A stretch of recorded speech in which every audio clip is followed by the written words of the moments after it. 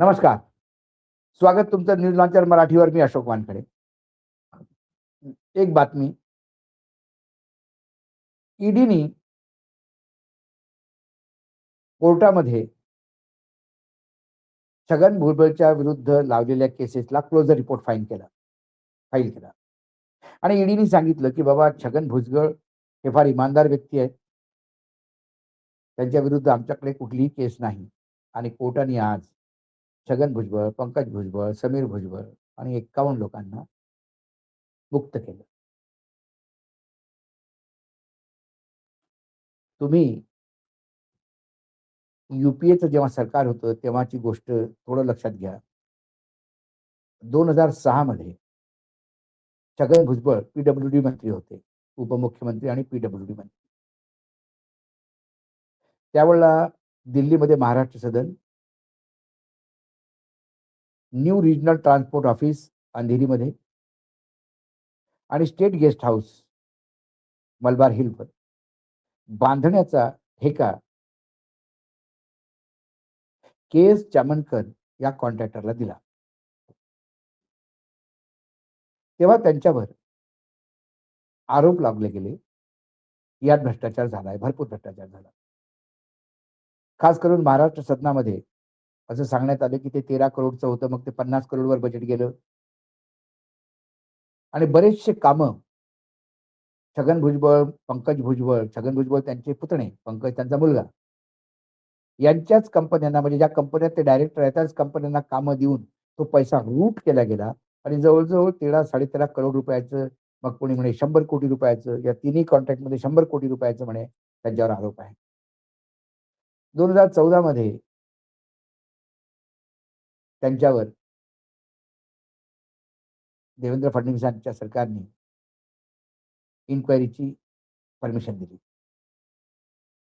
आणि मग पुढे 2016 म्हणजे अँटी करप्शन ब्युरोनी त्यांच्या विरुद्ध खटला केला. त्यात त्यांना 10-10 तास बोलवण्यात आलं आणि मग त्यांना अरेस्ट केलं गेलं. 2016 ते 2018 छगन भुजबळ जेलमध्ये होते 2 वर्ष. मग ते जमानतीवर सुटले. पुढे 2021 मध्ये एबीसीनी सांगितलं, की आमच्याकडे काही नाही आहे. आणि मग ईडीनी सांगितलं, की एबीसीकडे काही नाही, तर मग आम्हीच कशाला, आम्ही नको बाबा, म्हणून ते सोडलं. ही अशी स्टोरी सांगितली जाते. पण जवळ-जवळ किती 20,000 पानाचं आरोपपत्र,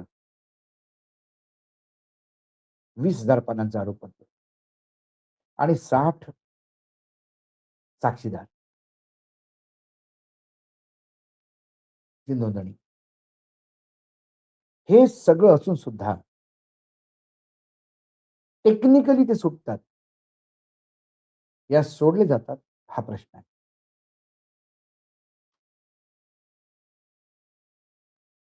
आणि मग त्यावेळेला आठवतं मला, जेव्हा ईडीने रेड केली होती, तेव्हा कसं त्यांचा पूर्ण तो नाशिक मधला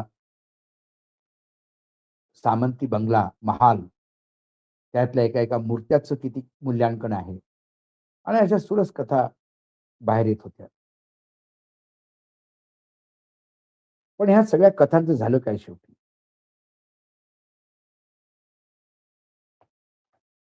कुठे माशी शिंकली? यमक भ्रष्टाचाराच्या आरोपामध्ये पूर्णपणे गुंतलेले छगन भुजबळनी वॉशिंग मशीनमध्ये बसून स्वतःला धुवून घेतलं. मग पुढे राष्ट्रवादी पार्टी तुटली आणि जे छगन भुजबळ अगदी शरद पवारांचे हनुमान म्हणून काम करायचे, ते छगन भुजबळ दादांसोबत गेले.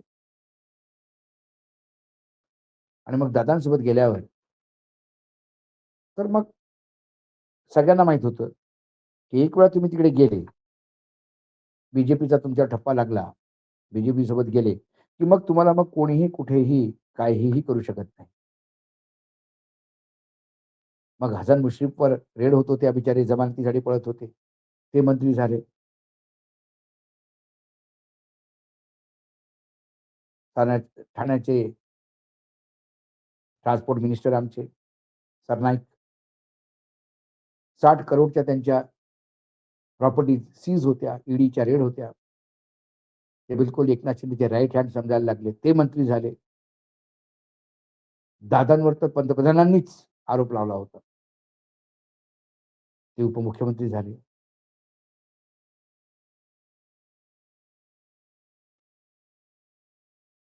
ठाण्याचा संजय काकडे बिल्डर, ज्यांनी शेकडो लोकांना देशोधडीला लावलं, इतक्या लोकांचा पैसा दाबला, मारला, ते बीजेपीचे उपाध्यक्ष आहेत सध्या प्रदेशात.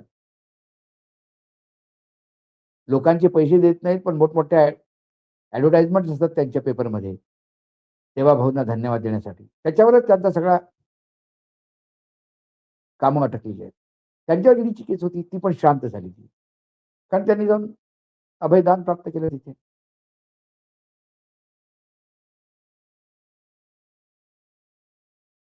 आणि पुण्यातले लोक बिचारे पैशासाठी चक्कर मारतात. पण या नवीन भाजपामध्ये भ्रष्टाचारी, दुराचारी, सदाचारी सगळ्यांनाच जागा आहे, कारण सही मायने में शिव की बारात. भगवान शंकराचं वरातही सगळेच मिळतील. आता प्रश्न असा आहे, छगन भुजबळच्या विरुद्ध तुमच्याकडे काही पुरावाच नव्हता, तर मग त्यांना 2 वर्ष जेलमध्ये का ठेवण्यात आलं? त्यांना तोडण्यासाठी, त्यांना भाजपा समर्थन करण्यासाठी, तयार करण्यासाठी. आणि मग त्यांच्यावर भ्रष्टाचाराचे आरोप तर तुमच्याजवळ सगळं होतं, आणि 2 वर्ष त्यांच्या झालेली त्यांना जे जेल झाली त्याच्याबद्दल तुम्हाला काही वाटत नसेल, आणि तुम्हाला वाटत असेल ते भ्रष्ट आहेत, तर मग आता का सगळ्या एजन्सीज कोर्टामधनं विड्रॉ होतात? सगळं टेक्निकल ग्राउंड सांगू. अक्षरशः प्रफुल्ल पटेलचे फ्लॅट सुद्धा सुटले. ज्या प्रफुल्ल पटेलवर एअर इंडिया घोटाळ्यावर बीजेपीने पाहिजे तेवढंच तोंड सुख घेतलं, ते पण त्यातनं सुटले. म्हणजे भाजपा ज्या ज्या भ्रष्टाचाराच्या विरुद्ध बोलत होता, तो भ्रष्टाचार झालाच नाही. याचा अर्थ किरीट सोमय्यासारखा खोटा बोलणारा माणूस महाराष्ट्रात सापडणार नाही. नुसत्या पत्रकारांना घेऊन वल्गना करत होता की हा भ्रष्ट, नारायण राणे भ्रष्ट, सुनील तटकरे भ्रष्ट, अजित पवार भ्रष्ट. या माणसाला काही लाज लज्जा? महाराष्ट्रातल्या राजकारण्यांना जीवनातनं उठायला निघतो. अशा लोकांना सामाजिक जीवनात स्थान दिले नाही पाहिजे लोकांनी. आणि त्यांचा मुलगा आता म्हणे कॉर्पोरेटर झाला.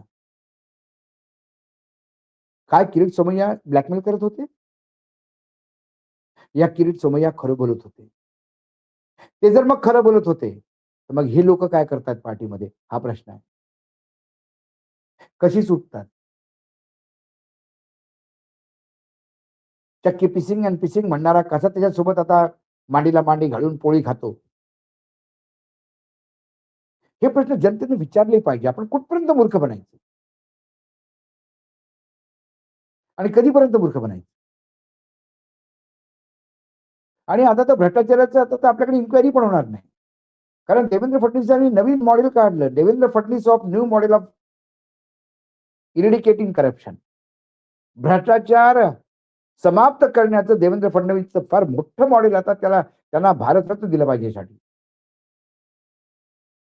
मोहोळ साहेबांचं नाव आलं, जमिनीचा भ्रष्टाचार झाला जैन हॉस्टेल कांडमध्ये. लगेच थांबा थांबा थांबा थांबा, काय झालं साहेब? भ्रष्टाचार झाला, ठीक आहे, पैसे वापस घे, तू जमीन वापस कर. डीलच नाही झालं तर भ्रष्टाचार कुठला? टाळ्या वाजवा, घरी जा. पार्थ पवारचा तो घोटाळा काय झालं? जमीन 500 रुपयात हो त्यांनी रजिस्ट्री केली, हजारो करोडची जमीन. कुठे विवाद आहे? ठीक आहे, ए जमीन वापस कर, ए तू पैसे वापस कर. घोटाळाच नाही झाला, सुटलं. साहेब माझी स्कूटर चोरीला गेली, चोर पकडला, हो, ए त्याला स्कूटर वापस कर. स्कूटर कुठे आहे? मत जवळ आहे साहेब. चोरी गेली का? आता नाही मिळाली साहेब, घरी जा. चोर तू जा, पुढे एवढा नीट चोरी कर. हा नवीन. आणि हे मॉडेल जे आहे या देशात पहिल्यांदा याला इंट्रोड्यूस केलं तर देवेंद्र फडणवीसांनी. ही त्यांची अचीव्हमेंट आहे. त्यासाठी खरोखरच त्यांना भारतरत्न यायला हवं. छगन भुजबळ सुटले.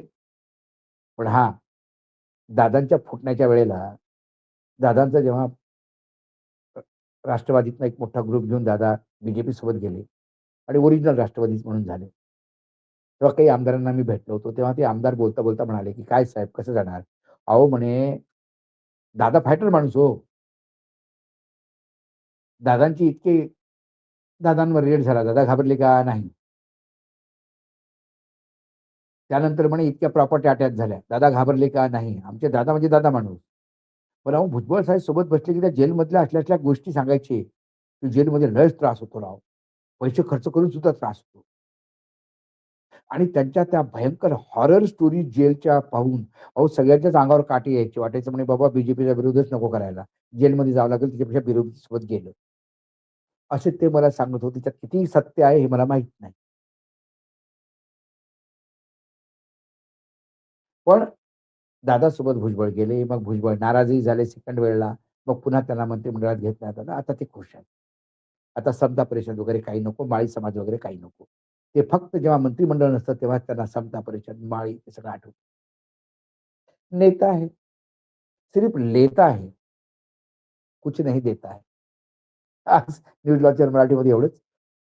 पुन्हा येतो काही विषयासोबत. तोपर्यंत नमस्कार. पाहत रहा न्यूज लॉन्चर मराठी.